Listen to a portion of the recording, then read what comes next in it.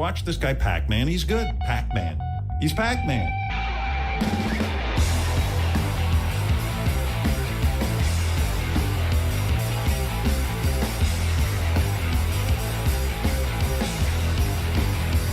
I have no words for David Pakman. David Pakman does not have a soul. He doesn't have a soul.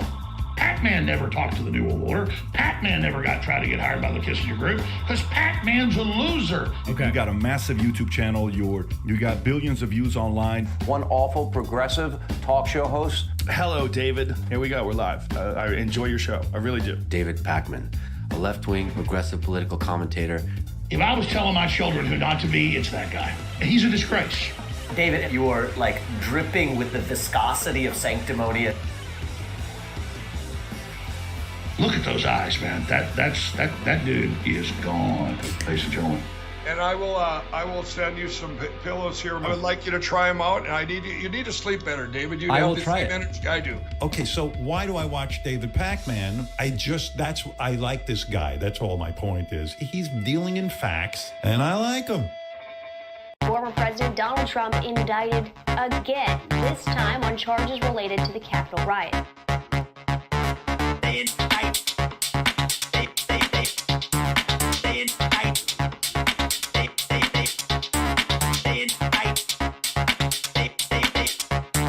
I did everything right and they indicted me.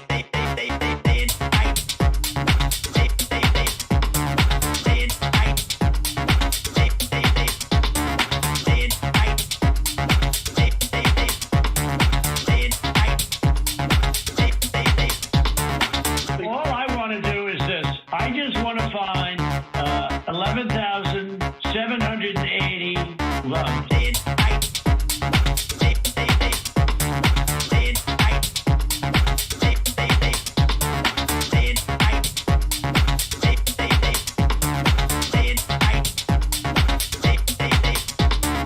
Isn't it amazing? I have a big pile of papers. This thing just came out. Look.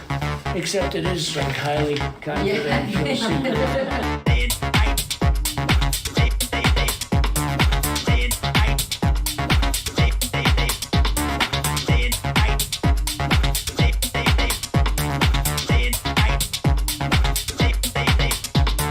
I did everything right and they indicted me.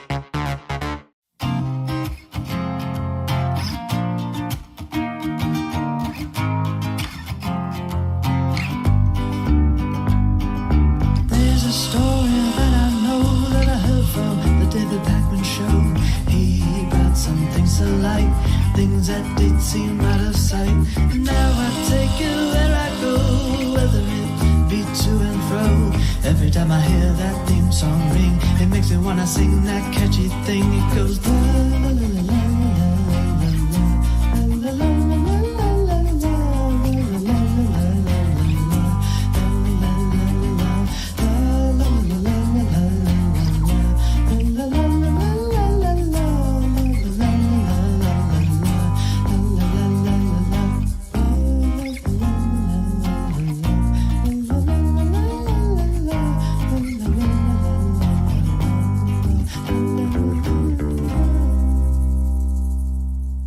All right, everybody, enough of that. What an evening we have ahead of ourselves. It could be 1 minute after polls close, or it may be hours after polls close. We will find out. Does Nikki Haley even win her own home state? She's going to lose. Because this is sort of a firewall, which even though Nikki Haley has said she will stay in until she is mathematically eliminated in this Republican primary, if she can't even win her home state, she will have absolutely no path to the nomination mathematically. She's going to lose. But that is not what this is actually about. This particular election, Nikki Haley has an incentive just to stay in. And that incentive is that Trump is really old and statistically may die before the election, and also is facing 91 felony counts across 4 criminal trials. And who the hell knows, right? I mean, in a practical sense, well, he can be in trials and running for president, but at the same time, something could happen. I don't know. I mean, it's like because it's unprecedented. We don't exactly know.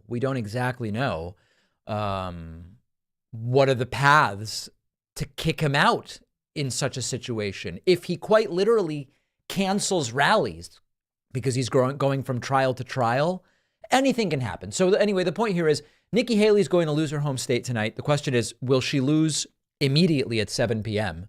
or will it take a little while?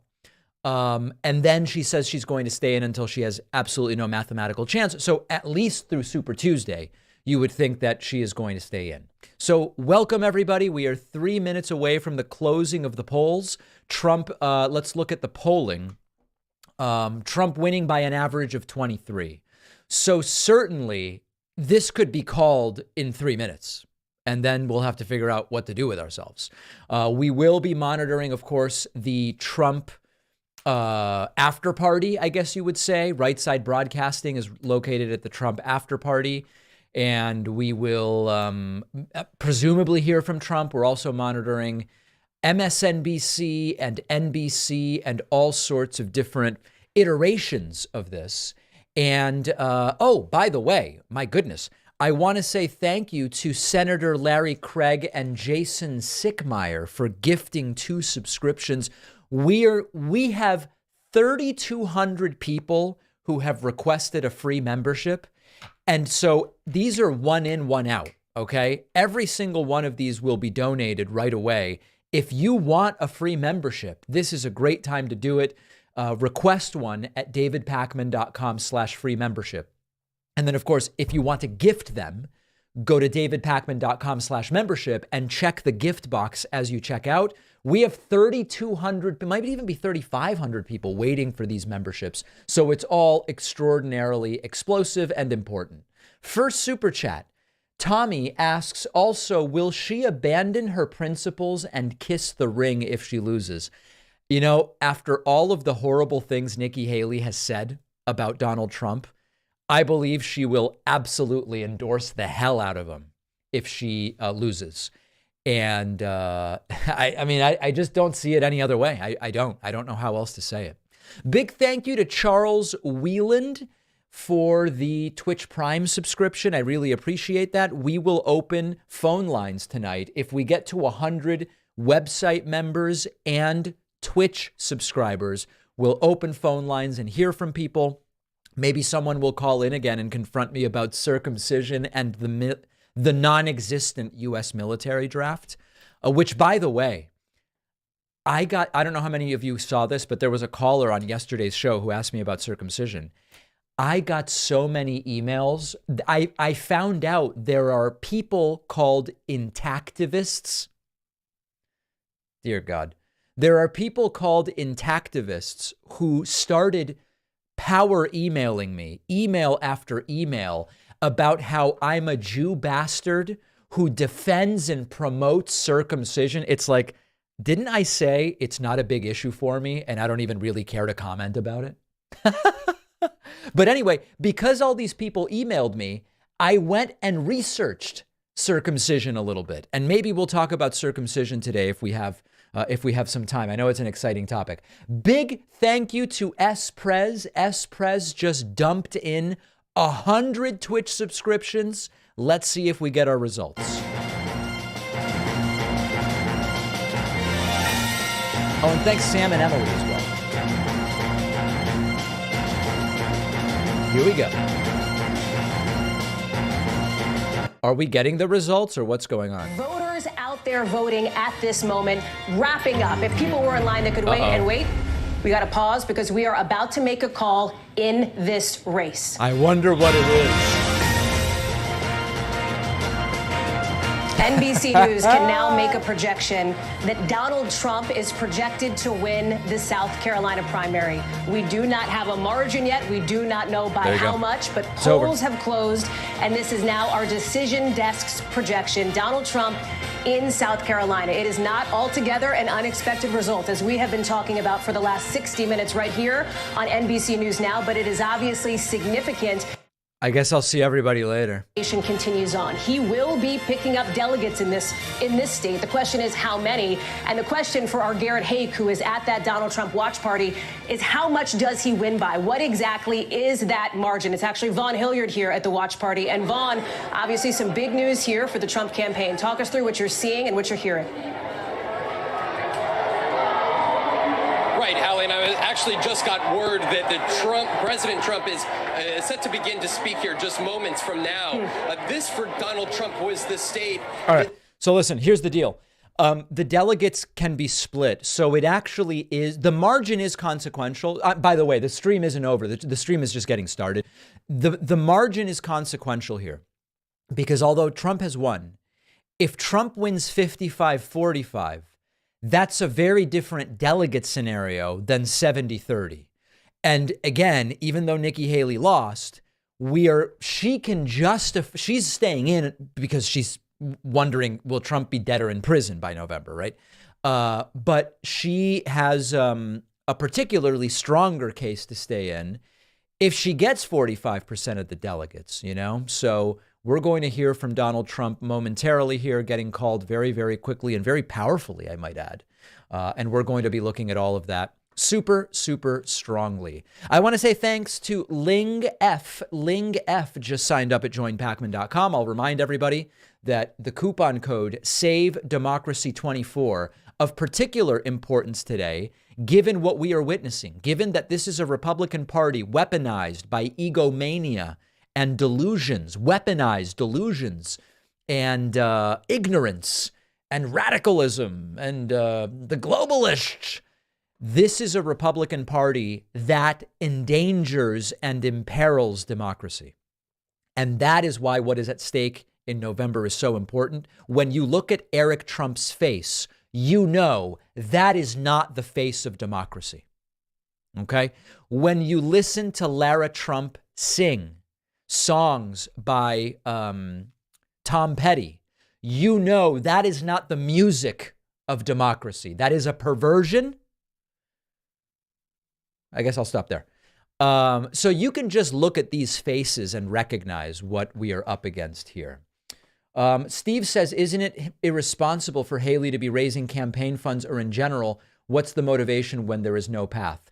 The motivation is that Trump may be dead or in prison by November. I mean, this is an unprecedented situation where you have the oldest president ever running for re-election against the guy he defeated 4 years ago, who was already president, lost, tried to steal it, and is now running again.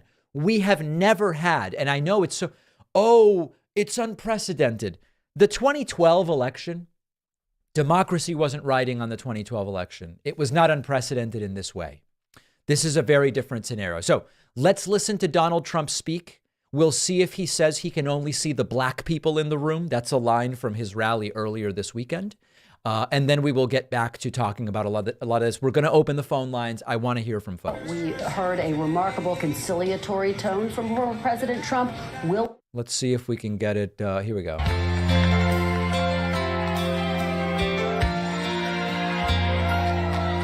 From the lakes of Minnesota. As some of you know, when Trump comes on stage too early in the song, he has to awkwardly swivel at the waist while everybody stands around looking, quite frankly, cucked. And the song plays out. Down to Houston and New York to LA, where there's pride in every American heart, and it's time we stand and say. For everybody saying, what did I miss about circumcision? I'm going to get to the circumcision discussion, and oh, by the way, thanks to Jonald Prump for the Twitch Prime subscription, and thanks to Senator Larry Craig for gifting another subscription on the website. I am going to make one statement on circumcision. It's going to be during this live stream, and then in the future, anytime anybody asks me about it, I'm going to refer them to what the clip I'm about to do, because after I took a call about the subject yesterday on the show, dozens of so-called intactivists, and what do they call themselves? Anti-circ or something like that. They delivered massive dumps to my email. So I'm going to make one declaration about circumcision momentarily, and then that's going to be it. Okay? And I won't forget the men who died, who gave that right to me, and I plan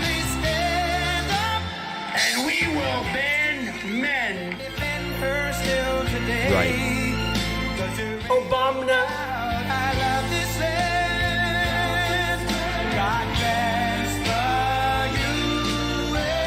For normal people, it would be impossibly awkward to stand up there that long, just with music playing. Thank you very much. Wow. That is really something. This was a little sooner than we anticipated. It was an even bigger win than we anticipated. And how do they know it's a big win? There's no votes counted yet. The number of votes that has ever been received in the great state of South Carolina. So that's pretty good. So it's a record ×2, and there's something going on in the country. Some really great things are going on. You look outside and you see all of the horror. You see millions and millions of people coming across the border illegally. We don't know where they come from. They come from jails. They come from prisons. They come from all sorts of places that we don't want to know. They come from mental institutions and insane asylums.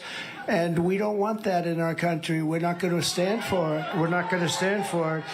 You have terrorists coming in. You have people coming in that we just can't. We can't do this. No country could sustain what's happening to the United States of America. No country. So we're going to straighten things out. The border is the worst it's ever been. You know, in 2016 we won, and we had a bad border, and I talked about the border a lot. Talked about it a lot. And I said, we're going to fix it. We're going to fix it. We fixed it very quickly. And in 2020, we couldn't talk about it, although we did get millions of more votes the second time. But now there's a spirit that I have never seen. We ran 2 great races, but there's never been a spirit like this. And I just want to say that I have never seen the Republican Party so unified as it is right now. I don't remember seeing the Republican Party, in a sense, as divided as it is right now. People standing behind me, these are the biggest officials in South Carolina, but I say like the biggest officials in our country as far as I'm concerned. They're state figures, but they're national figures, and in the truest sense of the word, they love our country so much, and they want to see our country succeed and be respected again. Right now, we're a laughing stock all over the world. Our country is going to be respected again, respected like never before. He's going to lose again, isn't he? Fantastic evening. It's an early evening and a fantastic. So you can all go down and you can celebrate for about 15 minutes, and we have to get back to work because the big date, you know, Michigan's coming up. We're doing great. The auto workers are going to be with us 100% because they got sold out by this country. But Michigan's up, and we're going to have a tremendous success there. And then we have a thing called Super Tuesday, and I think we're leading 91-7 overall. I'm not seeing that poll. If you don't mind, may I have the pleasure of introducing some incredible people? Because they stuck right from the beginning, from the very moment we announced, and they believe in make America great again. That's what they believe in. They believe in America first. We're putting America first. First of all, my family, Melania, Barron, where is Don Melania? Jr. and Kimberly, Ivanka and Jared. Hand me the list of my children, please. So supportive. So supportive of me, and we really appreciate it and love them. They're great. We have a great family, and we have incredible friends, and we're going to be up here on November 5th, and we're going to look at Joe Biden, and we're going to look him right in the eye. He's destroying our country, and we're going to say, Joe, you're fired. Get out. Get out, Joe. You're fired. Kwame, Vive, come on. They're destroying our country, and we're going to... I just wish we could do it quicker. 9 months is a long time. I just wish... He may be in prison by then. That's the rush. I wish we... Is there anything you can do with your vast powers? Did he forget to mention Eric, who's on stage with him? That's funny. You're allowed to call your election date. If I had the right to do it, I'd do it tomorrow. I'd say, we're having an election tomorrow. Henry, is there anything you can do? I want to start off because right from the beginning, Henry McMaster, the governor of this incredible state, and much more importantly, his wife, Peggy, she's with him all the way, I'll tell you. Never saw anything. What a couple. But I'd like to ask him to say a few words. He's a very special man, an incredible... Not too many words, though. Trump will get bored. And really, I mean, he gave us some very good advice. And he has right from the beginning. You know, from the day I announced I had the lieutenant governor, he was the lieutenant governor. And from right at the beginning, when I announced, then I said, I don't know the gentleman. Is he good? They said, he's really great. And I said, well, I hope so. And you know what? Within about 2 weeks, I said, that guy is unbelievable. You know, I never got the support of the governor. She supported somebody else, but I had the support of somebody much, much better, Henry McMaster. And we won in a landslide. And I'd like to ask the governor to say a few words. Please, Henry. Well, thank you. Thank you, Mr. President. I'll be very brief. Y'all, I would like you all to remember this moment that you were here. This is a great moment in American history. We will probably never see another one like it. Is this Every his real time voice? a rocket launches, you know, it goes up slow and then it's climbing and climbing and then boom, that next stage comes off and it goes. Well, we just did that. We just hit maximum velocity and we're going all the way. Seems like satire.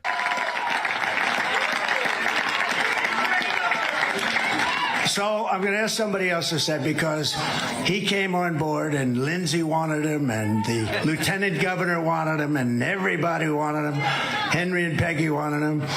So I thought he was okay, but he didn't love speaking about himself because he's a good person. See, I have no problem with that. It's a problem. What a personality, I don't know. But he endorsed me, and then we asked him to go and do a few shows, and, you know, they're not often nice shows. They're very hostile. And what he did was, I said, is this the same man? And he campaigned nicely, but he's a high-quality person. When he was supporting me, the day, is that correct, Lindsey, when he went out, yeah. Tim Scott, Senator Tim Scott, he went out, and he was ripping it. I said, what happened to Tim Scott? What a dynamo. And he has been one of our great advocates. He's been doing things that have been unbelievable. And I'm just very happy he didn't have that same energy, drive, because I think I probably would have been out of the race a long time ago. But I want to say, a very special man. I really do mean it. So many people have such great respect for him, and you're very lucky to have him in the state. Tim, please, say a few words. Hello, South Carolina! The longer I speak, the less you hear of him. So let me just ask one survey question, and you better answer it loud and clear. Is South Carolina Trump country? Yikes. Go home to mommy. Thank you very much, Tim. Really great job. Amazing. Another man, not a lot of people know him. He doesn't do too much television. He happens to be a little bit further left than some of the people on the stage. But I always say, when I'm in trouble on the left, I call up Lindsey Graham and he straightens it out so fast. Lindsey Graham is a left-winger now? No. Remember.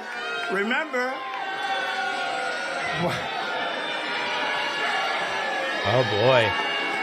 They're booing him. I love him. He's a good man. Come up here, Lindsey. Wow. Come here. South Carolina crowd doesn't like Lindsey. Okay, are you ready?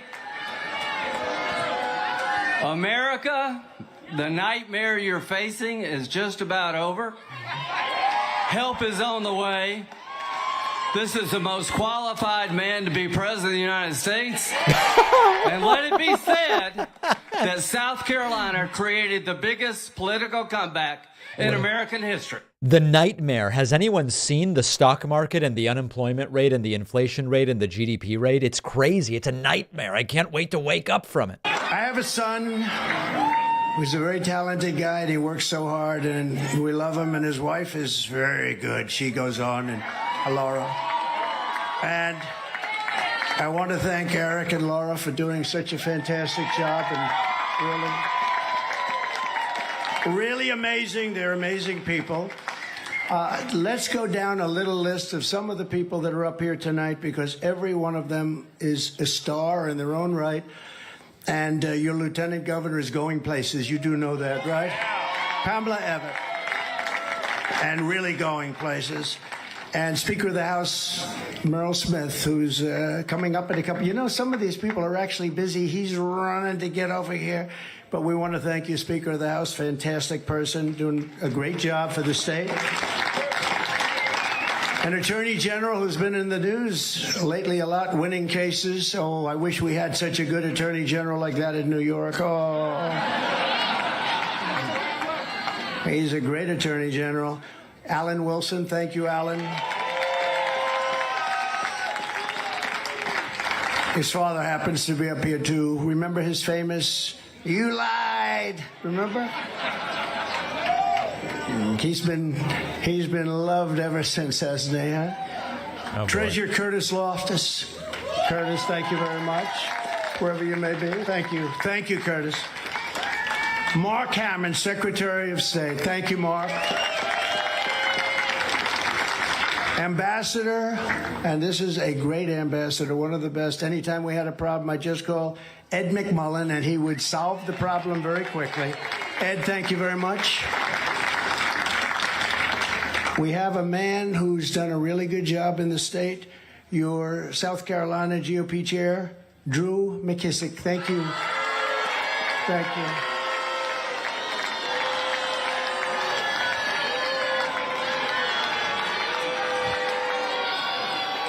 We have a highly opinionated group of people. Wow. I'll tell you, they've turned. This is pretty humiliating in a number of different ways. So you have a beautiful, beautiful state right next to you, North Carolina. We love North Carolina, right? In fact, they named their daughter Carolina. And I said, which state? She said both. She's very, I think I know which state, but that's okay. But they have the most beautiful daughter named Carolina. So we love both of them. We love them both very much, and we won them both very easily. And one of the reasons we won North Carolina is a man named Michael Whatley, who looks to me, we gave him our endorsement, and he looks to me like he's going to be going on to the National Republican Party as the boss. Michael Whatley. Where's Michael? Michael, thank you very much. And he's going to be working with Laura. Yikes. He's talking as RNC chair now. In the group, too. Do we like Kellyanne? We love Kellyanne, right? But you're going to do a fantastic job, both of you. We appreciate it very much. What a job he's done in North Carolina. You know, that evening of 2020 with those votes coming in, we're leading in Pennsylvania. And all of a sudden, something happened. It went boom. And then we're leading all over the place, Georgia, and then boom. And we're leading. But North Carolina, I said, when is that going to go? When are they going to drop lots of ballots into that one? And you know what he did? He just kept that thing, and we never had a problem. And I said, that's my kind of guy. He had hundreds of lawyers. How many lawyers did you have? 500 lawyers. He had 500 lawyers to make sure they didn't cheat, and they didn't cheat in North Carolina. And I said, that's my kind of guy, so I appreciate it. Great job. We're very proud of you, and you're going to do a fantastic job. And come election period, you know, we used to have election night. Now we have election period because some of these elections go on for 48 days, 61 days. Then they announce, they get all this equipment, and they announce, they'll be announcing the vote in 3 weeks from now. Can you imagine? They don't know what they're doing, but I will tell you, you have done a fantastic job, and we very much appreciate it. Thank you. Thank you, Michael. There you go. We also have a lot of members of Congress, including members of Congress out in the audience. This room is full of energy, and our party is full of energy like never before. And I mean it. There's never been unity. There has never been unity in our party. Just the fact, think of it, we've had a lot of primaries in this state. The fact that we got double the number of votes in history, there's never been anything like that. Who's ever heard of that? So we have members of Congress with us. I'm very proud of this one because I sort of said that guy would be great. We had somebody that did a vote that I wasn't exactly happy with. He voted to impeach your favorite president. And until then, he'd love to have that vote back, I can tell you. But until then, Right. He was a man that couldn't be beaten. I said, really, let's see. I said, who do we have that's good? And they said, the best we have is a man named Russell Fry. And Russell Fry got out there, beat him so badly in the primaries. He had my support. And he's been a fantastic congressman. So wherever you may be, hi, Russell. What a great job. Thank you. Thank you very much. That was great. We got rid of that one. We got rid of a lot of them. Almost, I guess, every one of them. Almost every one of them. Now they're gone. The impeachers are all gone. Nancy Mace is here, a non-controversial person, but she's a real advocate, and she's become a real advocate, and I appreciate it, Nancy, very much. Thank you very much. She's a very strong woman, and we want strong women. We like strong women. Trump hates strong women if they confront him or challenge him in any way. He's been a fantastic warrior for our country. Joe Wilson, I spoke to you about him before. He is tough and he is smart. And he and his beautiful wife produced a wonderful, wonderful attorney general. So, Joe, thank you very much. And you've done a fantastic job. Loves our country. Michael Waltz knows more about the military probably than anybody. And we see him on a lot. And I always want his opinion. And he's got very strong opinions, and he hates to see what's happening to our country. That I can tell you, but he'll straighten it out. We'll all straighten it out together. Michael Collins. Michael, thank you. Thank you, Michael. Great job.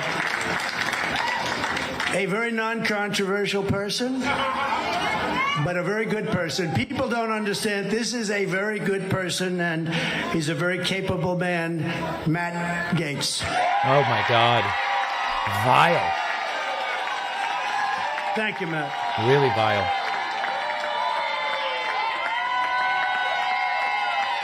That's not bad, Matt. Wow.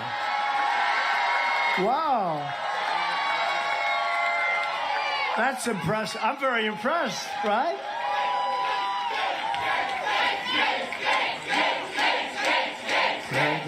This is the Republican Party of 2024, booing Lindsey Graham and cheering Matt Gaetz. Up here, huh? That's fantastic. And by the way, before I forget, we have a group of people, and I know this is okay with you, from North Carolina.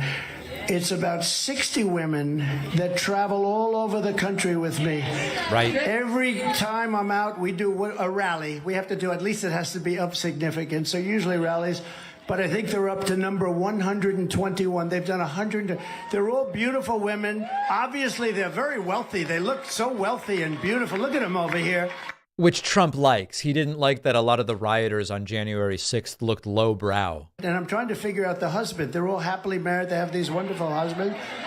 One of the husbands is standing right there. He's the smartest one of all. But I just want to thank you. Your support is so incredible. I get out and it's like a breath of fresh air. I look at these incredible people, and at least here we're having one that's very close, right? You don't have to travel out to California and Texas and all the other places. Well, we very much appreciate it. Thank you.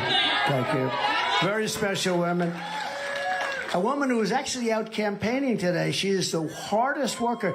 I said, Marjorie, this is Marjorie Taylor Greene. I said, Marjorie, you don't have to do. Vile. She went to a polling sector, and she had the Trump flag, and she's waving it and screaming, vote. I said, Marjorie, it's 4:30. It's just about over for the vote. Please. She said, nope, I'm staying longer. This is the hardest working. It's called a cult. Most incredible woman. She's respected by everybody. She is very smart. And I'm just very happy that she's on our side. Right, Eric? I'm very happy that she's on our side, right? So it's been an incredible period of time. We have a country that is a failing nation, but we're not going to have a failing nation very long. We are not going to allow this to happen. We love our country. We love it dearly. We're going to fight for our country. We're going to fight for our rights. We're not going to let this go on because it is not sustainable by any country. You cannot let, I believe, the number by the time we get him out. And remember the date, November 5th. It's going to be the most important date, perhaps, in the history of our country.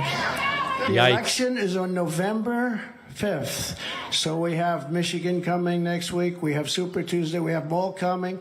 You know, we've set a record so far in every single... In Iowa, we got the most votes in history times 2, just like this. The biggest margin ever. We then went to New Hampshire. You know, New Hampshire... Could that possibly be true? I haven't heard that. And we went to New Hampshire. We got the most votes in the history. That's like who has the most home runs, who has the most hits in baseball, or who threw the most touchdowns in football, who got the most points in basketball. It's very simple. We got the most votes in the history of New Hampshire primary. I would assume these things are lies unless we can verify them. Many decades, and we beat them. You know, you have John F. Kennedy. You have a lot of good people to beat, and we beat them by not a little bit, by a lot. And then we went Virgin Islands. I want to thank the Virgin Islands because they made a very strong play for the Virgin Islands, and we got 100% of the Virgin Islands. And then, of course, Nevada, as you know, we went to Nevada. We got 99.6% of the vote. And then they had a primary, and this is no candidate.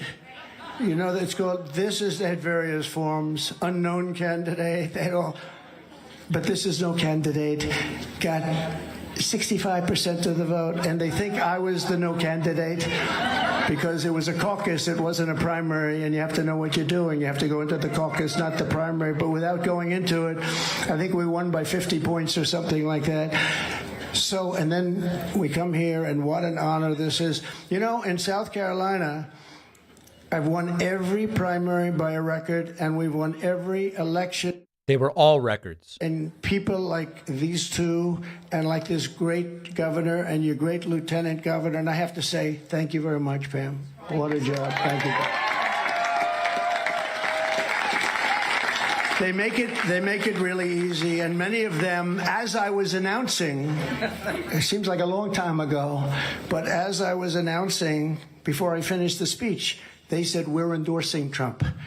Those are friends. Those are great, great friends. Loyalty. And we had some strong competitors. I mean, we had some very strong competitors, but these were real friends. South Carolina, thank you very much. Go home, get rest. We have a lot of work ahead of us. We love you all. God bless you all. God bless you all. Thank you very much. God bless you. All right, so now the question is whether Nikki Haley will speak. Nikki Haley does this thing where even though she loses every primary, she comes out like she won and everybody cheers like she won. And she goes like, we did it. It's like, what did you do? What are you even talking about? So we'll see shortly if Nikki Haley comes out. As you can see right now, based on what's been counted, 2.3%. In fact, let's look at more proper data if we can. With 3.3% of the vote, it's Trump 53, Nikki 46. Now, that's actually pretty close. So it's so early that we don't yet know what the margin is. What I will tell you is that if the end of it is 53-46, Nikki Haley dramatically overperforms, gets almost as many delegates as Trump, and justifies staying in this thing. If it ends up being 70-30 or 65-35, it's just a drubbing. And then that will be certainly a different scenario. But these are the numbers right now. Again, only 3.3% of the vote in. New York Times has it very similar with about 3% of the vote in. Decision Desk HQ, also 3% of the vote in, has it a little bit different. So it is not winner take all, as far as I know. Everybody reporting that the question here is what is going to be the percentage of delegates that each of them get. MSNBC has it at 58 41 with 5% in, so 16.5, now 17.5 almost point margin. Is South Carolina winner takes all? Let me look at that. South Carolina Republic, because everybody's been talking about percentage. Delegates, winner take all. Let's see here. Actually finding conflicting information. Is it winner take all or not? Because they just said there's 50 delegates, 29 will be awarded to the winner, and then the rest are based on percentage is what I'm seeing. Yep, there it is. So there's 50 delegates, 29 go to the winner right off the top. So it's not totally proportional. 50 delegates, 29 go to the winner. The remaining 21 go based on congressional districts. The top vote getter in each district gets 3 delegates from that district. So it is proportional, but it is not perfectly proportional, is I think the takeaway here. We are going to, should I do the circumcision rant just to get it on the record so I can never talk about circumcision again? Would that be a useful thing just to get out of the way? Let me know. Let's do it. Okay, so here's the deal. I am going to do one segment with my entire belief about circumcision, and then I'm not going to talk about it again. And so if anyone calls in or whatever, I'm going to direct them to what I'm about to say. The other day, on yesterday's show, someone called in and asked me my opinion about circumcision. Now, I know this may come as a shock because I'm Jewish. I don't think about circumcision ever unless someone calls in and asks me about it. And so what I said essentially was, I don't have a strong position one way or the other. The last I checked, the American Pediatric Association said the benefits outweigh the risks, but it's not an issue of critical importance and parents should decide. And I just don't care to talk about it. It's not super interesting to me. It's not a major political issue. The intactivists and whatever they call themselves, the anti-circumcision people, sent me about 100 emails in the last 24 hours. Half of them are overtly anti-Semitic. A quarter were subtly anti-Semitic, and the other 25 didn't appear to be anti-Semitic. But they all said I was completely wrong. This is savagery, all this different stuff. So I'll give you my opinion now on pros and cons. This is going to be everything I have to say about the matter, okay? And I want to mention, again, there are people who say I can't be listened to on the Israeli-Palestinian conflict because I'm Jewish. Okay. Well, if you're not Jewish, you're also biased, aren't you? This is like the people who would say, we can't listen to gay people about gay marriage. They're biased. Well, the people who aren't gay are also biased, right? By not being gay. And there's people who similarly say, I shouldn't be listened to on circumcision because I'm Jewish. I don't want anyone to listen to me on circumcision. I don't care about the issue. Last thing before I go into the details, wow, there's people in the chat already criticizing my opinion when I haven't even given it yet.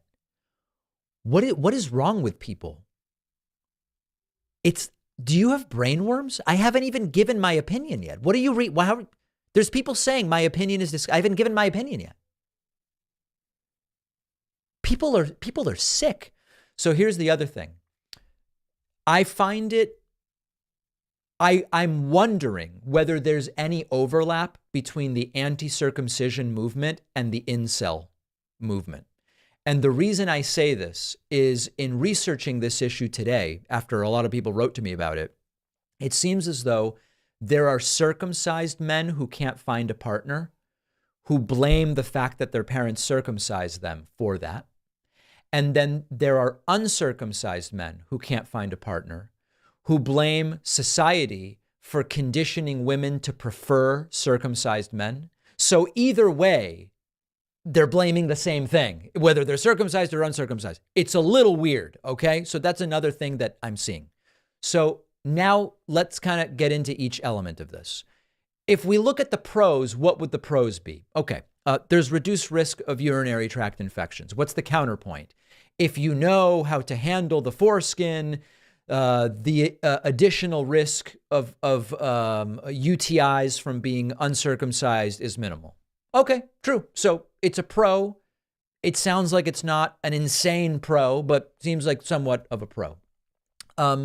Phimosis and paraphimosis, two penile problems, are less common among those who are circumcised.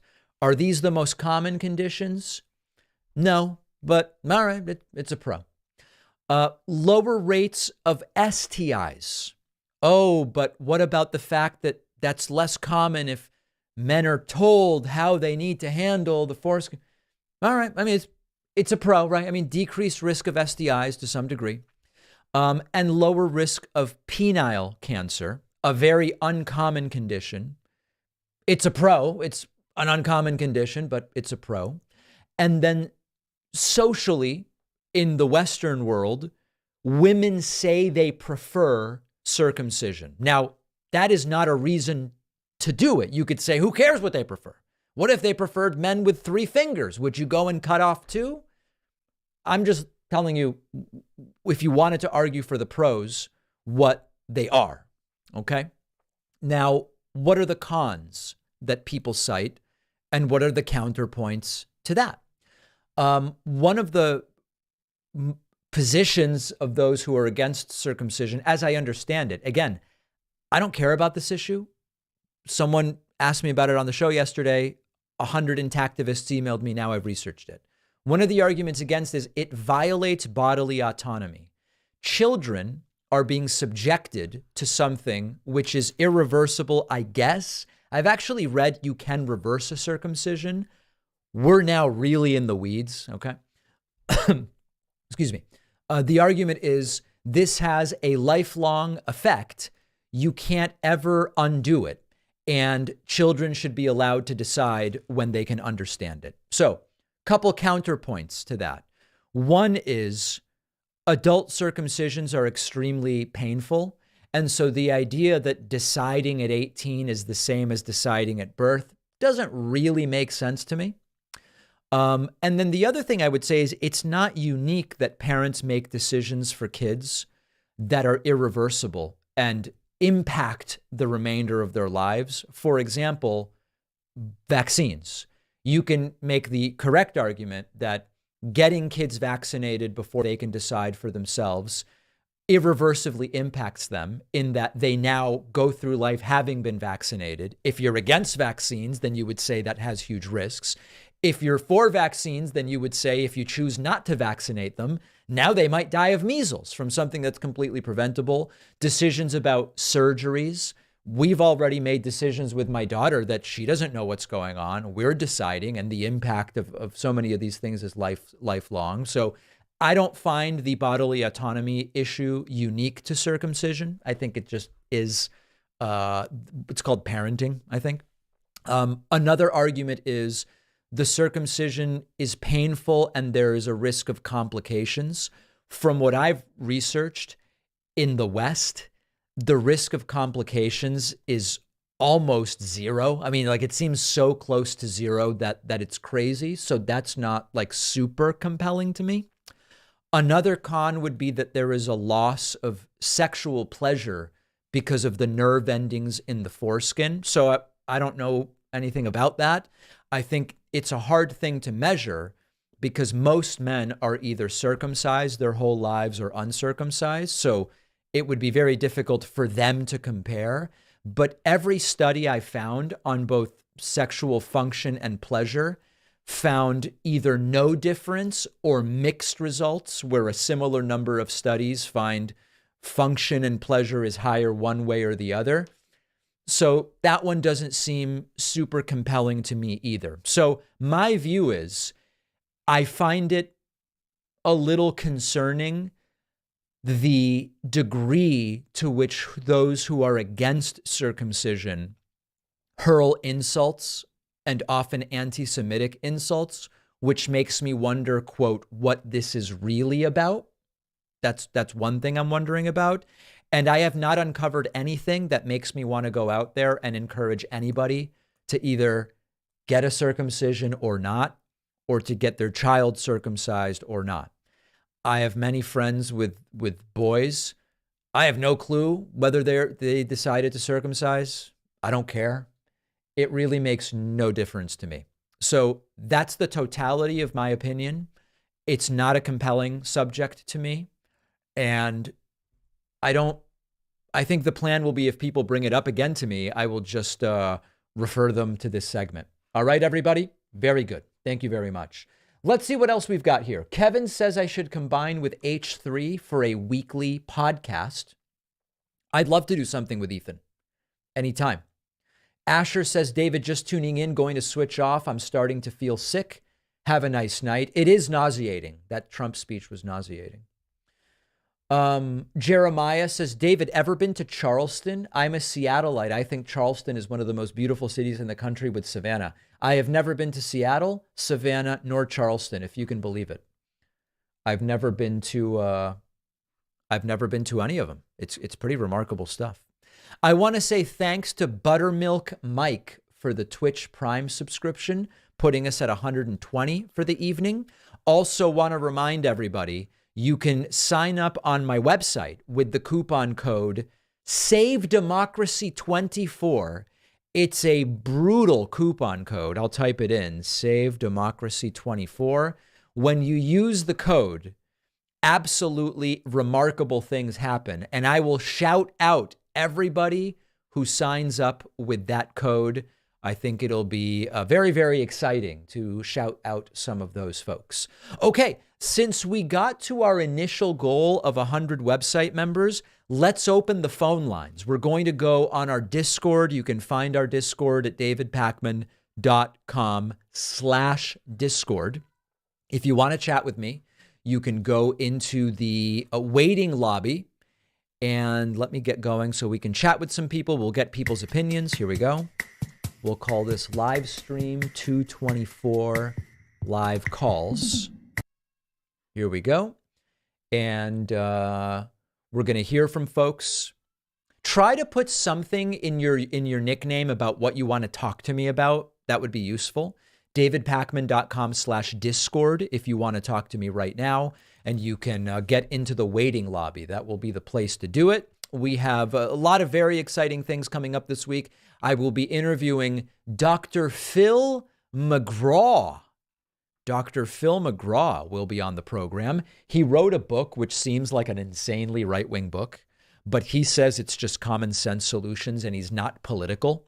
So we're going to figure out when we talk to Dr. Phil, is that the case? Is that the case? Or is it right-wing agitprop or agit trash, as maybe we would call it? We will see, right? The jury is sort of out on that. All right, let's hear from some people.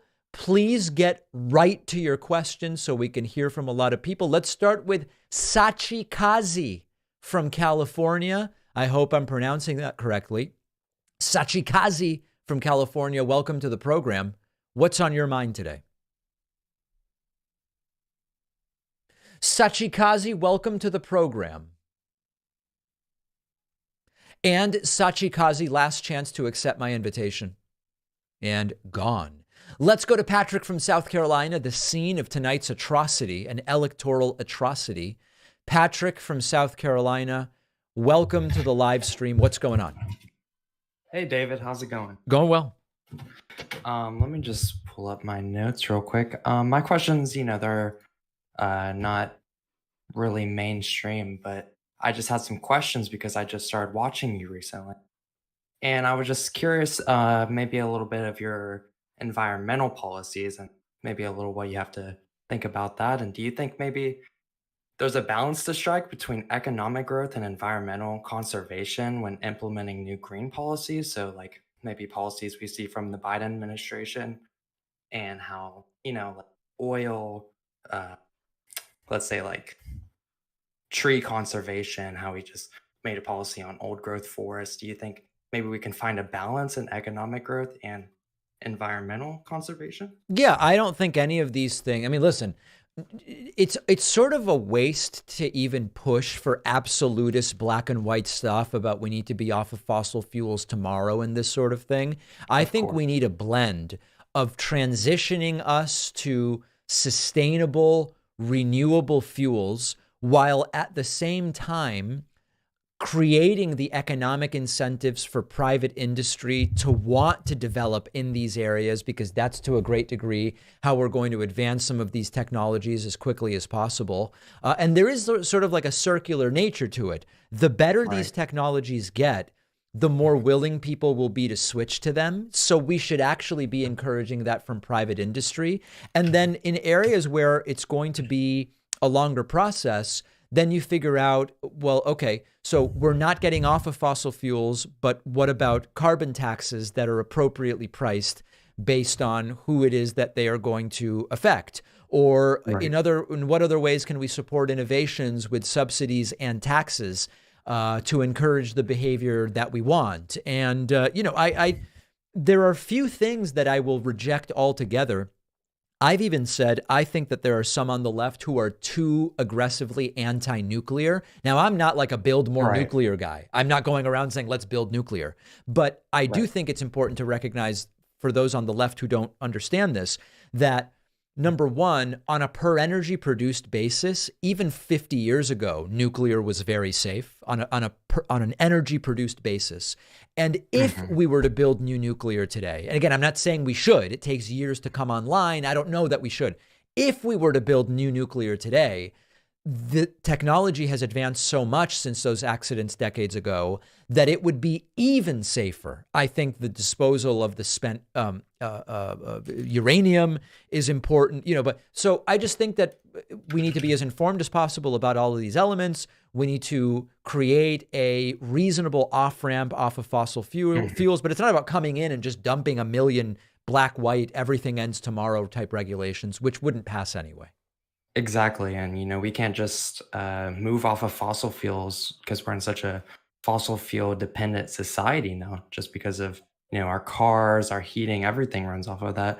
And I just have a question. Is there any specific legislative or policy changes you might advocate for that we could transition off to renewable energy in the United States? Well, I think with all of these things, I can't give you a list of exactly what timelines I would put on, but we've got to figure out a path to say, here is the path out of gas-powered vehicles. And so, what's the date at which new vehicles all have to be electric, or the next technology? We're already talking about hydrogen and other things. At what point do all used internal combustion engine vehicles need to be off the road, et cetera? When it comes to home heating, what's the right amount of subsidy for solar, and then getting off of using oil and natural gas? I mean, these are long processes. I don't have a list of what year and what percentage and what the subsidies are, but I don't have my notes prepared, for lack of a better term, to give you specific dates. Yeah. And, a big issue too is it's not really our we can always work on our carbon footprint, stuff like that, but it's not the individual people who are making like a huge acceleration of this like carbon footprint and stuff. It's more of these, oil companies that are just... It's top down. Right. It's top down. And very much a lot of it does get blamed on individual people. And in your opinion, how wacky do you think the environmental health of America is going to be if Donald Trump does get back into office running things? It'll just be 4 years of going backwards. I mean, I don't know how else to say it. It'll just delay solutions for 4 years and set us another 4 years behind. Yeah, exactly. Yeah. And just all right, to end Patrick, listen, I got a bunch of people waiting, so I'm going to let you go, okay? Okay. Thank you so much, David. All right, there goes Patrick. I want to say thanks to Crowbars Forever and Gold Public for the Twitch Prime subscriptions. Also, a big thank you to Adam Bernardi, Cheryl McGowan, and Maxine Bingham, all who signed up on my website, joinpacman.com, using the coupon code SAVEDEMOCRACY24. Let's hear from some more people in the audience, why don't we? Let's go to Brian from Nashville. Brian, welcome to the program. What's on your mind today? Hi, David. Can you hear me? Yes, I can. I was hoping to have a little conversation about gun policy, and we have a Supreme Court oral arguments coming up next Wednesday, and I'm hoping to hear what you think about how that's going to go. I have not followed this particular Supreme Court case. Generally, I've laid out my framework for gun safety many times. What's at issue with this particular case? I should look it up. So on Wednesday, we're going to hear oral arguments in the Cargill versus Trump case. I think now it's Garland on bump stocks. The bump stock case. Okay, bump stock Supreme Court case. Yeah, I don't remember. Is the main issue whether a bump stock is essentially a banned weapon of some kind by making it a machine gun or something like that? Yeah, basically what the Supreme Court is going to decide is whether or not the 1968 definition of machine gun falls under the category of what a bump stock is. Right. Yeah, I mean, listen, so I have no idea how that's going to go. I have not followed the bump stock issue super closely. So I guess if I could ask you, what's your opinion on machine guns in general? I mean, machine guns are legal in the United States under certain requirements. They have to be produced before 1996. What's your opinion on this? What do you think should be the case with that? So first, let me say that once we acknowledge that not any kind of weapon should be something that just anybody can go and buy, whether it's a shoulder-mounted RPG or whatever. Once we acknowledge that, it's just the gray area of where the line should be drawn. So I think that sometimes with should X be legal, there's two conversations. There's nothing should be restricted. Well, once you acknowledge something should be restricted, then it's just a matter of where to draw the line. And Obama might draw it in a different place than Trump. So I'm actually of the opinion that essentially nothing should be restricted. Really? I've listened to some of your stuff. Yeah, you know, I used to be pretty anti-gun, and then my views on this evolved, and I've listened to some of your stuff, and, you know, people often make the argument, you know, RPGs are banned. RPGs technically are not banned. You can get an RPG. You could make one, fill out an ATF Form 4. It's a destructive weapon, but they're legal to own in certain states, depending on your state's local issues. And for me, you know, the conversation, there are two. You know, there's a pragmatic conversation of what the Second Amendment actually protects, and then there's the conversation of, well, what should we do in a utopia? Right? So let me answer it this way then. I believe that I am both not a lawyer, and from everything I've read, there is no constitutional issue with restricting what weapons are available for purchase to some degree. And I'd rather not even engage in that, because really it's a legal argument. I don't know if you're a lawyer. I'm not a lawyer. And so I'm just interested in this kind of stuff. So for me, the more interesting question is just like, what would be the reason to say, hey, some of these things you just can't own? And for me, it's super simple. It's the rate at which weapons can discharge ammunition or fire. I don't want to use the wrong word, because every time somebody goes gotcha, it's like, it's not called a clip, it's a magazine or whatever. It's like, okay, no worries. I understand what you mean. The rate of fire to me is one of the biggest factors in increasing the death toll in mass shootings. Now, I know that there's three categories. There's mass shootings, there's what we would call individual homicides, and then there's suicide. So there's three different categories. We've got to deal with each of them differently. When I see that the more rapidly a gun can fire, the higher the ability to just kill people indiscriminately. And I realize that with a lot of these weapons, they aren't particularly better home defense weapons. They're not practical to carry around if you want to do concealed or open carry. Really, what they do is increase the risk of mass casualties, either due to negligence or what some people call accidents or deliberate action. They're not reasonable hunting weapons. I just don't see any reason to come away thinking the harm way outweighs the possible benefit of letting the few relatively low percentage of people that want these to own them. Sure. I guess I would counter that and say that, you know, for much of our history of the 20th century, machine guns were legal. You know, you could buy a machine gun up until 1986, and we didn't see the kinds of, you know, mass death and this awful carnage that we see now. And so it seems to me like there's an inverse relationship, that as you know, we restricted the new registration machine guns in May 1986. And after that, you know, is when these awful shootings in schools and other, you know, places of worship, all that stuff. So to me, I don't see this kind of correlation that many people on the anti-gun side tend to see. So here's my counterpoint to that. The culture, American gun culture is fundamentally broken. Okay. And I believe that the culture is far more broken today than it was during the period you're talking about prior to 1986. So Yeah. I would make the following argument. If this were not a very sick country, I mean, look, we're looking at results in which 57% of South Carolina Republicans say we want more Trump. That's a sick country in my mind, with all due respect to anybody who may disagree. So I would grant to you that in a sane country, you could probably say shoulder-mounted RPGs with whatever, ammunition you want are legal. Almost no one would buy them, and the few people who do would keep them at home safely, and it would be no problem in a sane country. Unfortunately, this is really unfortunate. We are in a sick country where tons of people don't even have the cognitive capacity to be careful with these weapons. Tons of people see weapons as a reasonable way to solve interpersonal, social, or cultural problems. We have gun fetishism. So what I would say to you is, in 2024, the country is filled with such sick people that the machine guns today would be a totally different environment than in 82, for example. That's my argument.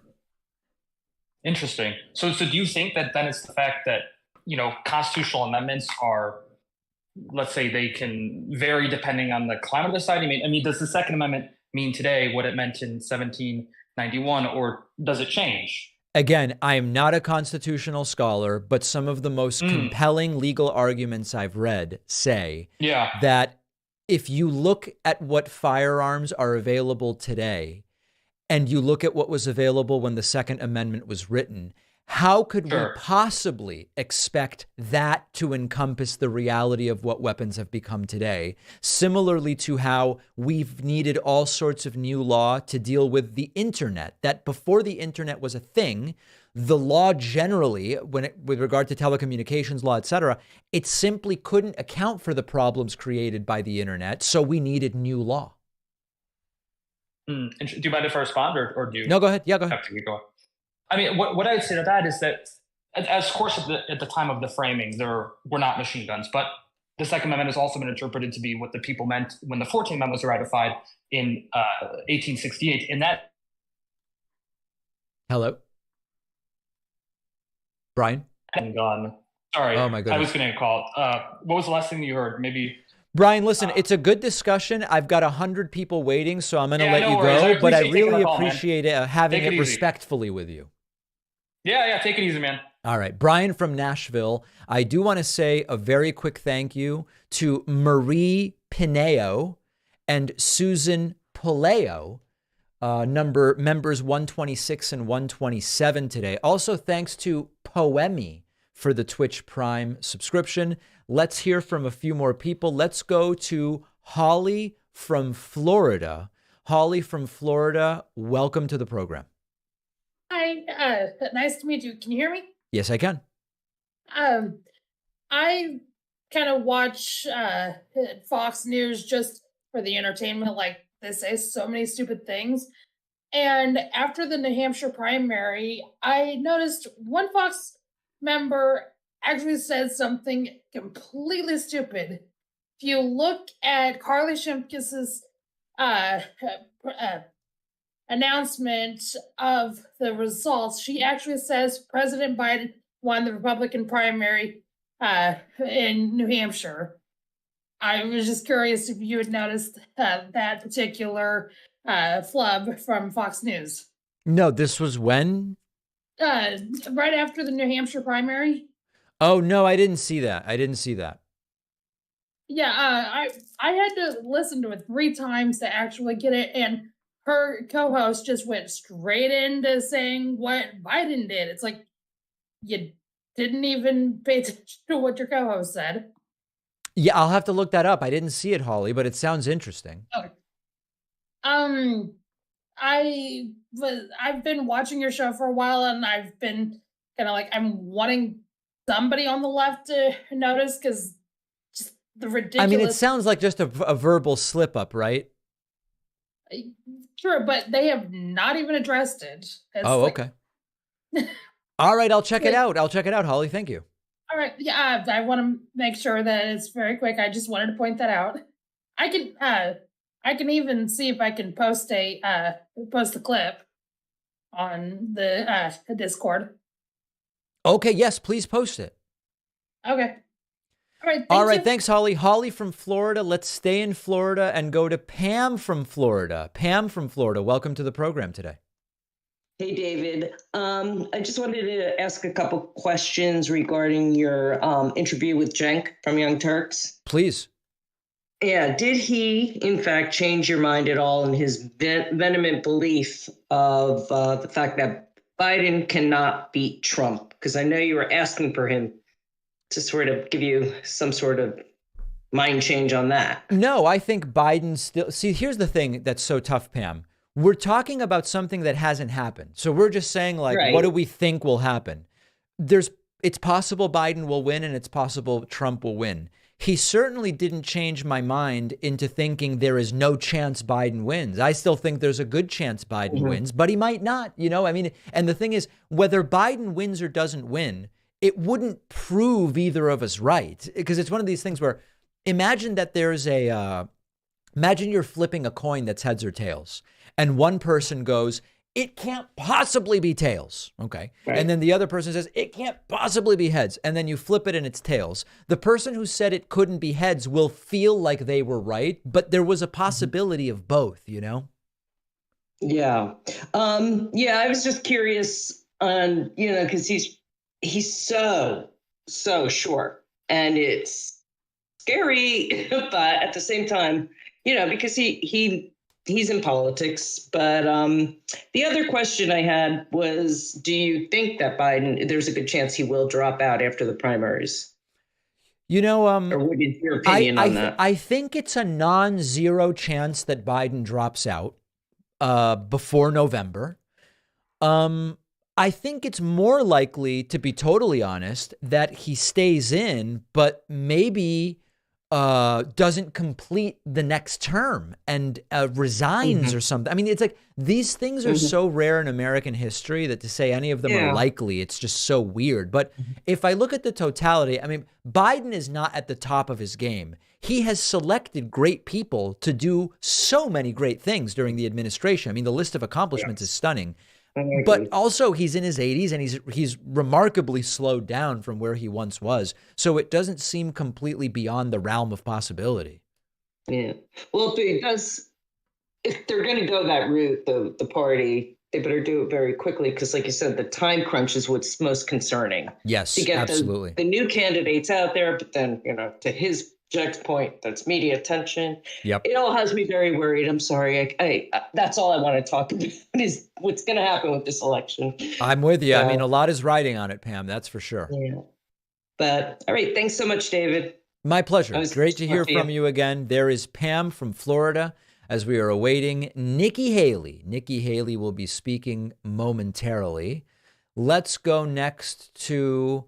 How about Ellie from Seattle? Ellie from Seattle, welcome to the program. What's on your mind today? Hi, can you hear me okay? Yes, I can. Oh, fantastic. I was just calling. I didn't see you say anything on the show, at least so far this week, about it. I imagine you heard about the teenager, the non-binary teenager in Oklahoma who passed away after they were beaten up in the restroom at school. Yes, I heard about that. Now, I saw conflicting reports because I guess police are saying the death was not related to injuries from what happened in the bathroom. I don't know what's going on with it. I haven't followed it super closely. Sure. And, I'm sure the police are super motivated to tell the truth there. I mean, the teen died literally the day after they were beat up. And I think they were unconscious at some point during the altercation that happened. And of course, this kiddo was suspended for being beaten up. So, yeah, I just wanted to, I guess there are conflicting reports, but it seems, pretty clear that,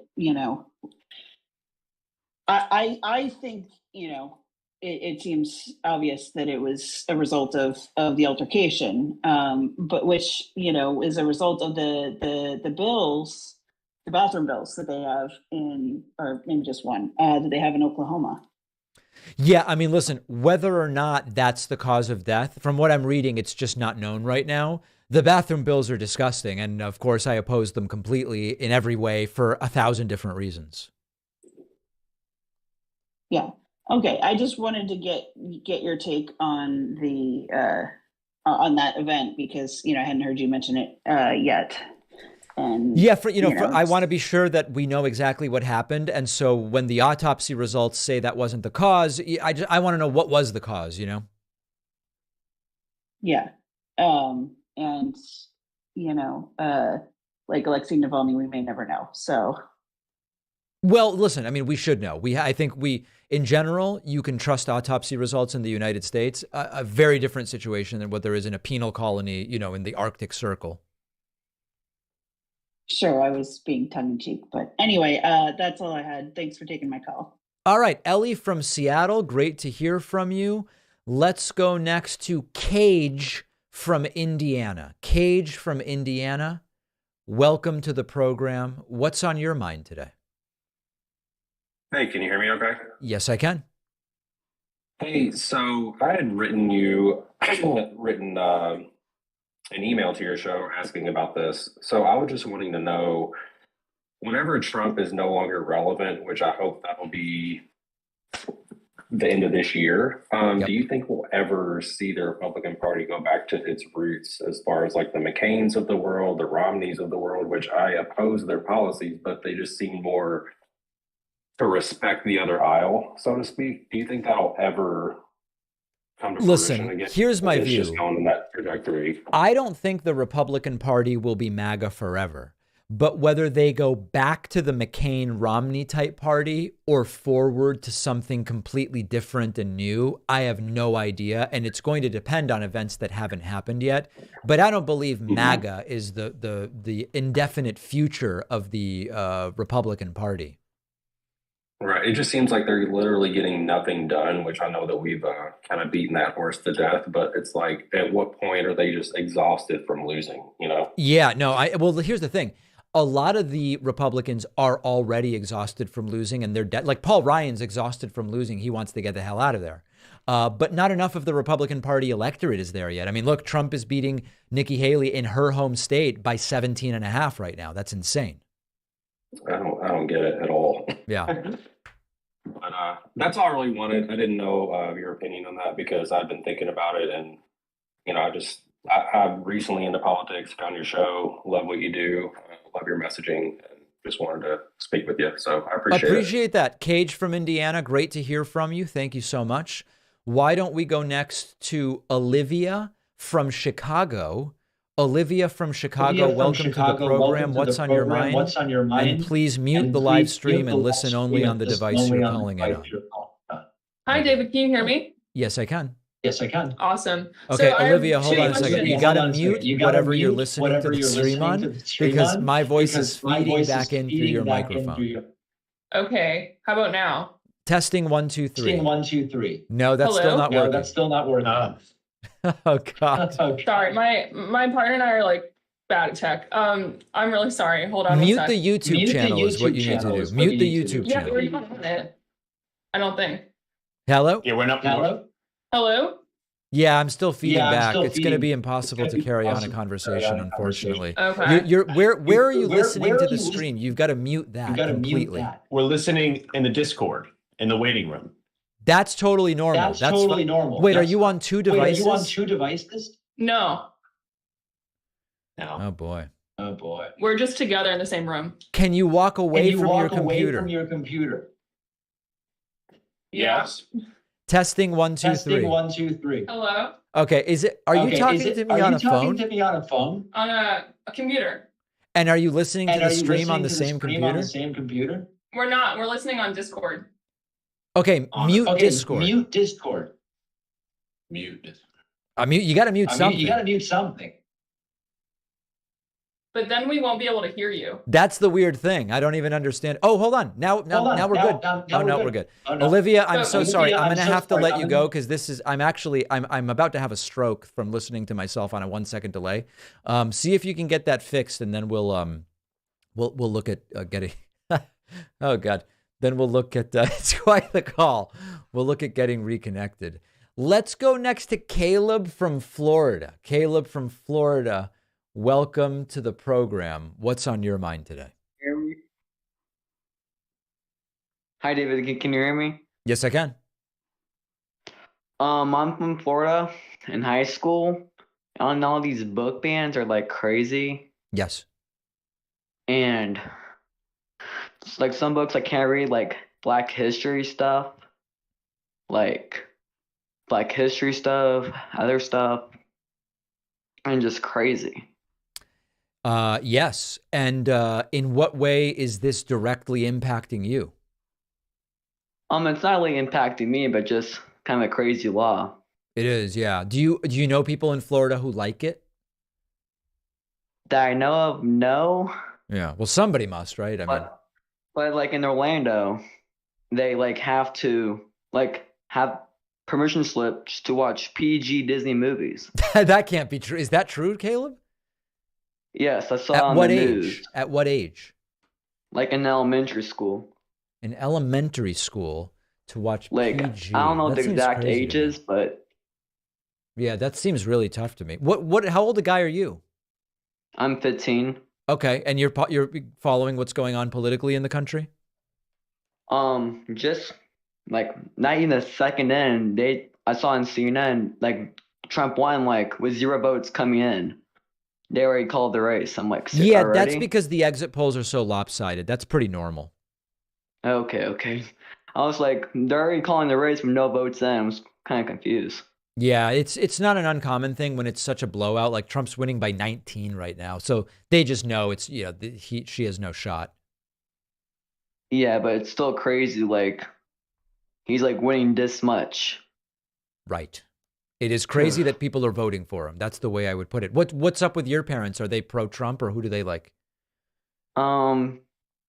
Well, they're kind of like Republicans, but there's like a few pro-Trumps I know, and there's a few pro-Trumps in my family. Yep. Which I do try not to get into political stuff as much as I can. But this is with your parents or just with to other avoid people? arguments. Well, with other people, just like it's like of course it's like always a good variety of where you are. It's always a good variety of you just never know really. Yeah. If you were 18 in November, which I know you're not going to be, who would you vote for, do you think? If I was 18, it would not be Trump. I know that for a fact. Okay. But I like RFK Jr. I don't mind him. Really? I wish Nikki Haley was the nominee. I don't mind her because like of the influence of she has and way more normal. Right. So I have a 3-year-old sister. I don't want like when she gets older, I don't want her seeing Trump as the president. I just don't. Well, one way or the other, I doubt she's going to see that when she gets older, just based on Trump's age, you know? Yeah. Yeah. Listen, I would reconsider the RFK stuff, but I guess it's all kind of academic because you won't actually be old enough to vote. Yes, I'm not really worried about like this one, but in 2026 with the Florida election, I will be able to vote. Right. I'll be like just turning 18 in October, so would technically be able to vote in the primaries. Right. That's Which true. I'm not really looking at that right now because it's still very early on. Just well, focus listen, on Caleb, who's I'm glad you're engaged, and let's let's remain informed and hopefully end out on the up and up by the time you're legal to vote. Thank you. Thanks for having me. All right, Caleb from Florida with some very powerful declarations there, if I do admit. Let's go next to Olivia from Chicago says she's back and has fixed the audio. Okay. I'm going back to Olivia because it says that she's a website member and we do want to recognize our members and respect and all of that. So Olivia, let's hope.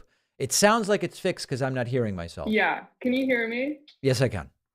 Excellent. All right. Sorry about the first try. We got it. Beautiful. I have 2 quick things. The first thing is a question. Did you listen or read Ezra Klein's commentary on he advocated for Biden to exit the race and for the Dems to have an open convention.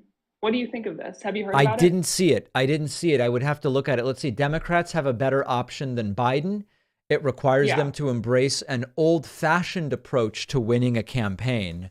I'm not going to read the entire article here, but if I try to get myself an idea of it, is he saying Biden should step down and then forget about the primary, just kind of like figure it out at the convention?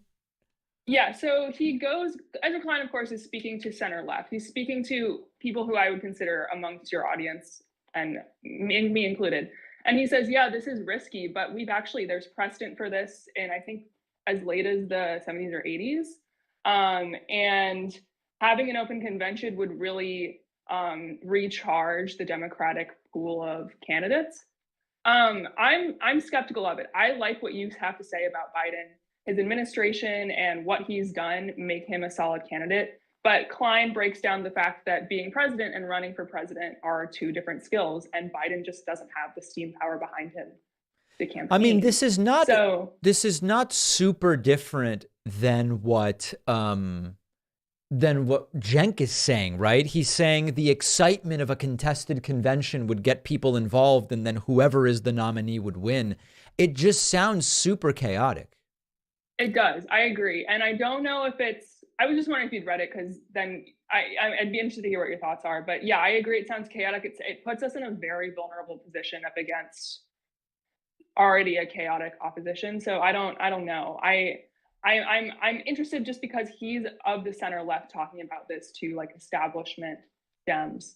And he's really saying it's new, it's risky, but we should seriously consider it. I think there are risks to every strategy, and it's a question of what's less risky, because what you're saying is interesting, but it also seems to have huge risks.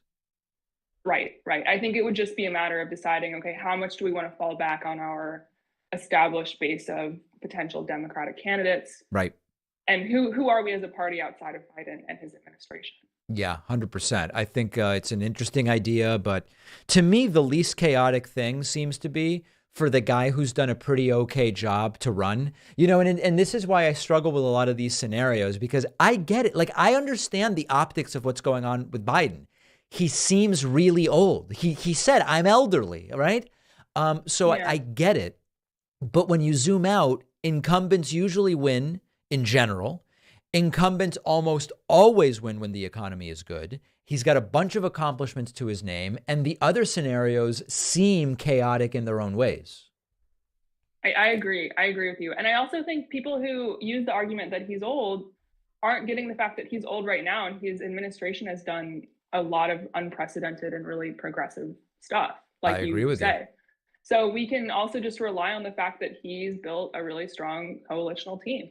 Yep, I'm with you. I have one more thing I want to say briefly, which is that I was wondering if you'd heard of this forthcoming book. It's called Barron's, Money, Power, and Corporate Corruption in the Food Industry.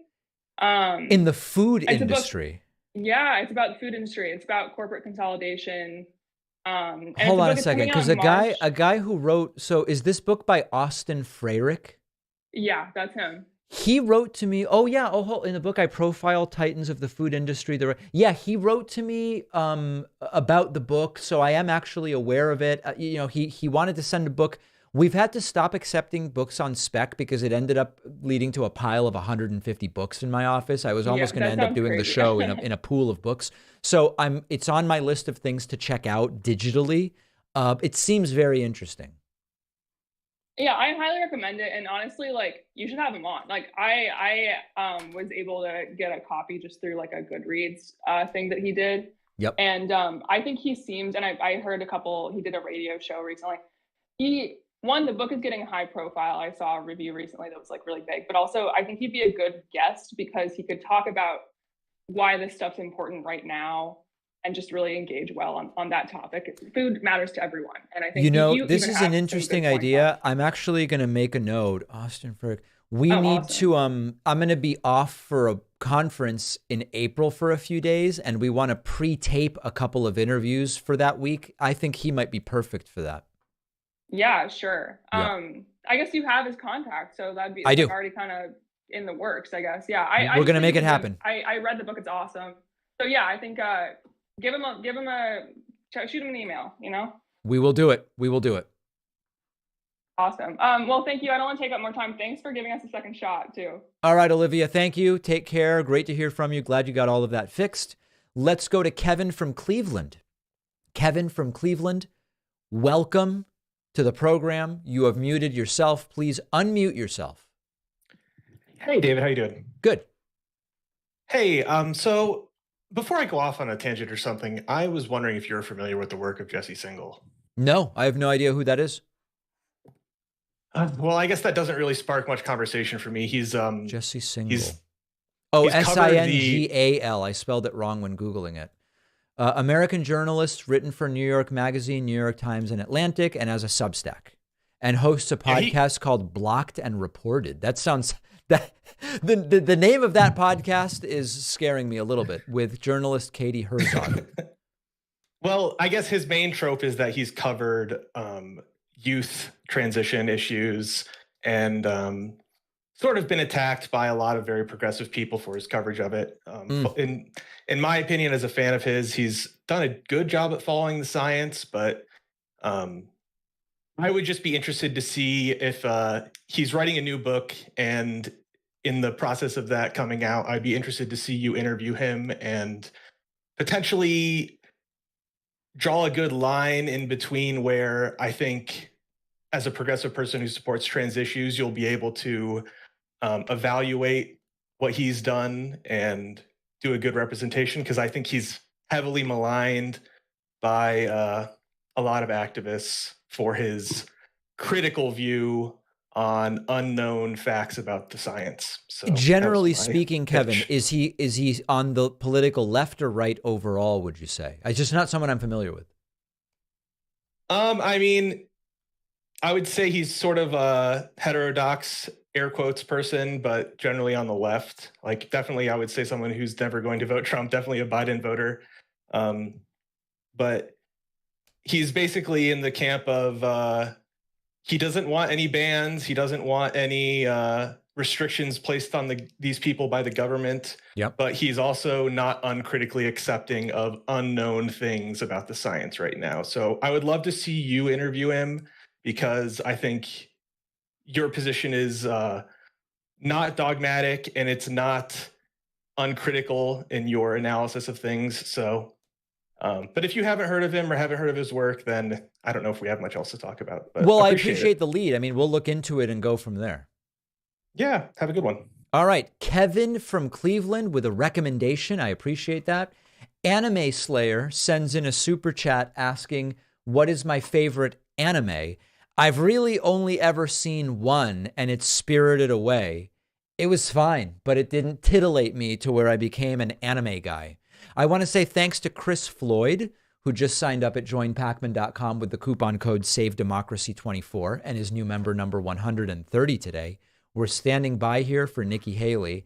Why don't we go next to, I don't know. How about, let's try Jacob Stark from Chicago. Jacob, welcome to the program. What's on your mind today? Jacob Stark from Chicago. Welcome. Hello, David. Yes. Can you hear me? Yes, I can. Hey, David. I'm just wondering, what do you think is next for like Democrats in general? Just in case, Biden, doesn't win the next election, what do you think is next? You're saying in terms of leadership, or what do you mean what's next? Yeah, I guess leadership as in, presidential candidates, Gavin Newsom, etc. Yeah, I've given my list of the people I like. Everybody seems furious with me over the list, but it's the list. I don't think it will be immediately obvious who's next, because you have to remember, whether Biden wins or loses in 2024, it's another 4 years before the next presidential election. So, when you think about somebody like, just to go through people that some people like, Jamie Raskin's 61 right now, but he'd be 65 or 66 by, I don't know when his birthday is, by the time of the next election. So is he even the next generation? I mean, he kind of is 20 years younger than Biden. So he is, in a literal sense, the next the next generation. If you think about somebody like Gavin Newsom is 56 right now. So he'll be 60 at the time of the next presidential election. So is that what people are interested in or are talking about? I don't really know. Just to name someone else that's on the list. If we think about someone like John Ossoff, Pete Buttigieg. So John Ossoff is 37.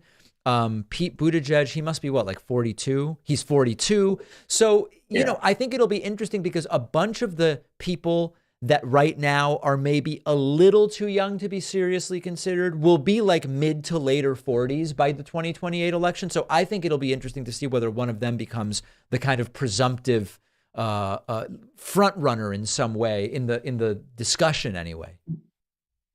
Okay, awesome. I do have one more question. Sure. Or maybe just a comment. I was watching your show, what was it, maybe 2 days ago? It was the Americans, you know, reading books, that topic. Yep.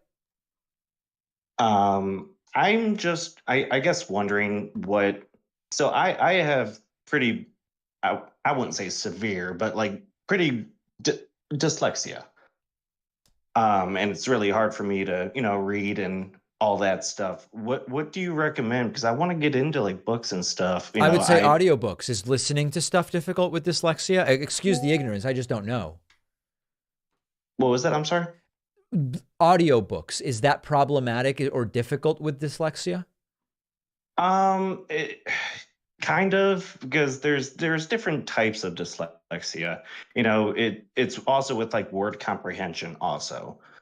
So it's kind of, you know, it's harder to form, you know, sentences together that you're reading words, but they don't compute in my head. You know, I read it and I don't understand what I just read. And it's kind of the same as listening also. That's interesting. So I didn't realize that there was a listening component. What about, I mean, maybe it's a question for some kind of medical professional. I don't know. I apologize that I'm sort of out of my element. No, you're okay. Yeah, it goes back, you know, history, and my mom never wanted to get me diagnosed. She's, you know, anti-vax and anti, you know, all that stuff. What about like e-readers where you can customize either the size, font, elements of color? Like, is there something visual that would be make it easier for you to read? Possibly. I guess I haven't really thought about, you know, are you talking about like the size of the font and the spacing between them and all that? All of that stuff. Yeah. Like if the lines were more spaced and it was all caps or, you know, I just don't know. Yeah. I'm not too sure either. No. You know. Well, something to look into. I'm merely a political commentator, so I may not be the right person to weigh in on that. Yeah. Makes sense. Yeah. That's it. All right. Thanks very much. Appreciate it. There goes Jacob Stark from Chicago. Oh boy, a lot of stuff is going on. Let's go to Dakota from Massachusetts. Dakota from Massachusetts, welcome to the program. How are you? Doing well. Why can't I hear? I don't know. Can you hear me now? Crap. You've muted yourself and then now unmuted. We can hear you. Okay, well, I guess you can hear me. Sorry. Yeah. How are you tonight? I'm doing well, thank you. Good.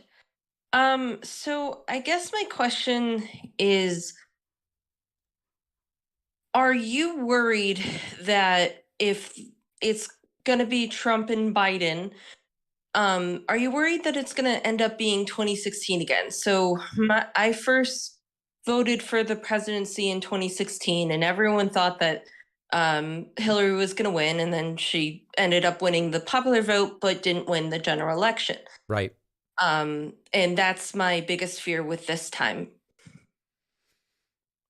Oh, yeah. I mean, of course, that could happen. Yeah, that absolutely could happen. I mean, it's, you know, this is not a set in stone election. This is going to be quite a contested election. So, of course, it's one of the possible scenarios is Biden gets more votes but loses the Electoral College for sure. We just don't know. We've got to do the election. You know what I mean? And everybody needs to understand what's at stake and get out there and vote. What else can we do? Yep. I understand that. I don't know. And I guess a comment from the previous caller. So I also have dyslexia, and I enjoy that he mentioned that there's many different forms, because I also don't have the form where you mix letters and numbers around, even though that's the most commonly known. Right. A great resource is Libro.fm. They're for audiobooks. And if you're mentioning that you have issues with processing, auto processing, there's a separate diagnosis that's linked to dyslexia called central auto processing. And that's something that I also have, and I didn't know because I pass a normal hearing test. Sorry, just thought I'd add that since you called on me. All right. Well, Dakota from Massachusetts, thank you so much. We are now going to move to Nikki Haley's speech. Let's see what she has to say. You know, and there's something very special with the fact that she was a lawyer in India, and she was named one of the first female judges. And because of the times, she was never able to sit on the bench. But the fact that she could go with me and cast her ballot for her daughter as President of the United States was an amazing.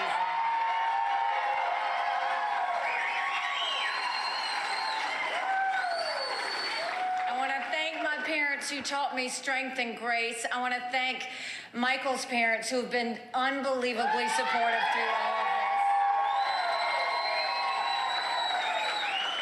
And I want to thank my brothers and my sister and their families for always supporting us every step of the way. Thank you. I feel blessed tonight. I've felt blessed through this entire journey. Even when it's been tough, I haven't lost sight of that. I've felt God's strength and grace every step of the way. Really?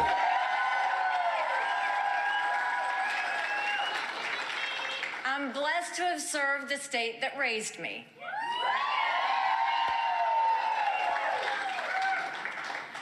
And I look forward to continuing to be blessed to serve the state that raised me, whether it's going and voting with my mom or whether it is being with our family. We're very grateful for the good people of South Carolina. Thank you. Sounds like a dropout speech. And it's a blessing to know that across our sweet state, everyone wants to bring back the America we know and love. That's the underlying message of what happened today. I want to congratulate Donald Trump on his victory. And I want to thank the people of South Carolina for using the power of your voice.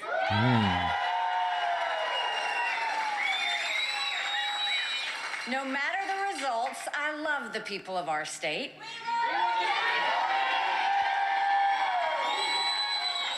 I love what we accomplished together, and I love how we united during our worst challenges and tragedies. I've always seen our state as a family. Families are honest with each other. They say the hard truths. That's what I've done this entire campaign. Uh-oh. And that's what I'll do now.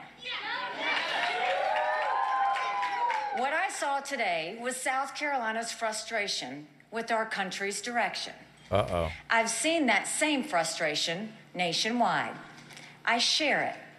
I feel it to my core. Uh-oh. I couldn't be more worried about America. It seems like our country is falling apart. But here's the thing. America will come apart if we make the wrong choices. This has never been about me or my political future. Uh-oh. We need to beat Joe Biden in November. Oh, boy.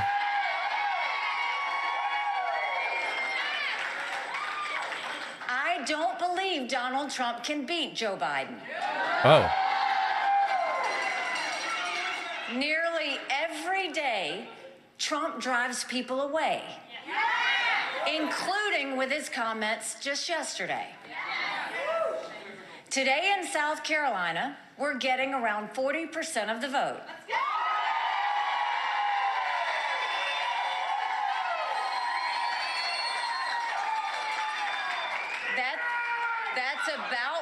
That's about what we got in New Hampshire, too.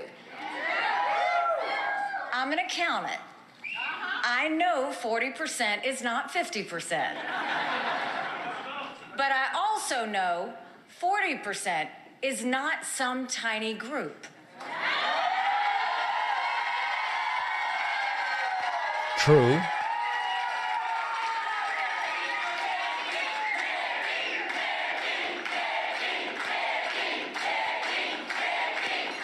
Two minutes ago, it sounded like a dropout speech. Now it sounds like a stay-in speech. There are huge numbers of voters in our Republican primaries who are saying they want an alternative. I said earlier this week that no matter what happens in South Carolina, I would continue to run for president.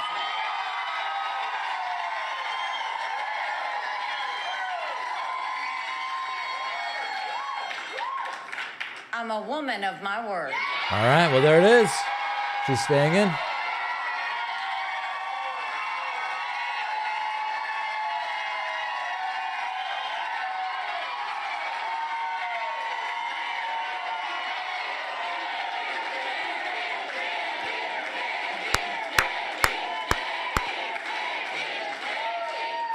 Powerful stuff. I'm not giving up this fight when a majority of Americans disapprove of both Donald Trump and Joe Biden. South Carolina has spoken. We're the fourth state to do so. In the next 10 days, another 21 states and territories will speak. They have the right to a real choice. Not a Soviet-style election with only one candidate. And I have a duty to give them that choice.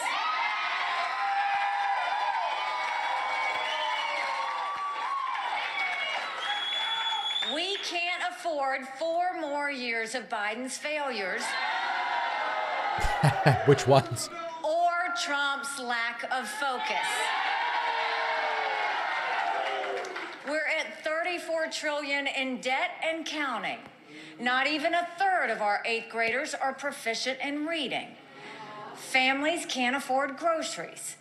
9 million illegals have come to our border with enough fentanyl to kill every single American. And beyond our borders, the world is on fire. War is spreading further every day. If we aren't strong, those wars will draw America further in. And it's not just about policies. We won't get out of our downward spiral if we keep obsessing over the past. Does anyone seriously think Joe Biden or Donald Trump will unite our country to solve our problems? One of them calls his fellow Americans fascists. The other calls his fellow Americans vermin. They aren't fighting for our country's future. They're demanding we fight each other. You know, she's trying to play both sides, but when you interview a Trump supporter and they go, I'd rather a dictator Trump rather than a democratically elected Biden, that is fascism. Like, it's not an ad hominem when it's...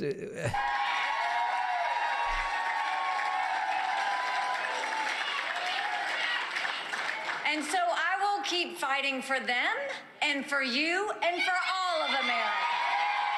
Obama.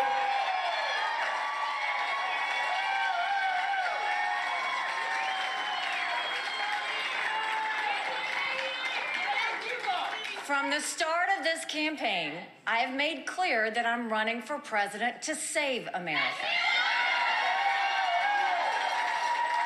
I'm running to remind us what it means to be an American. Go home to mommy. In the America I know and love, we believe in each other. And we believe in America's inherent goodness. Now is the time to renew that belief. Now is the time to remember who we are. We're citizens of the greatest country in human history.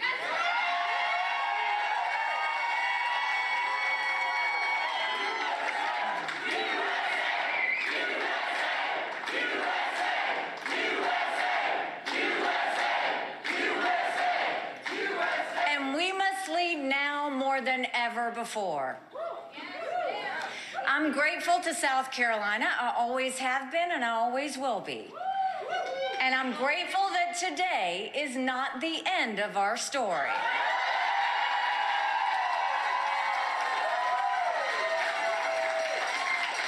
We're headed to Michigan tomorrow. Wow. And we're headed to the Super Tuesday states throughout all of next week. We'll keep fighting for America, and we won't rest until America wins. Wow.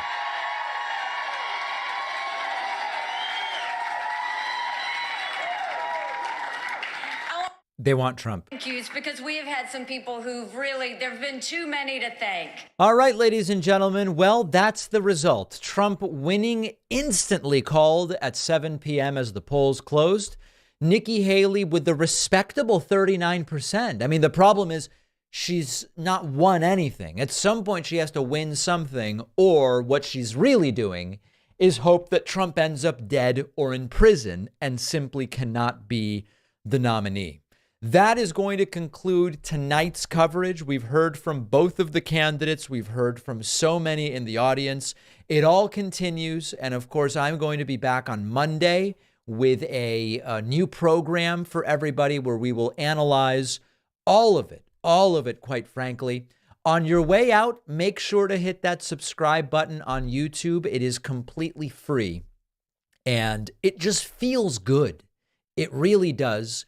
Appreciate everybody who has watched on Facebooks, on Twitch, and on all of the various platforms. And we are going to be back sooner than you know. Your head's going to be spinning, quite frankly, from how quickly I'm going to be back with you. All right. We will see you very, very soon.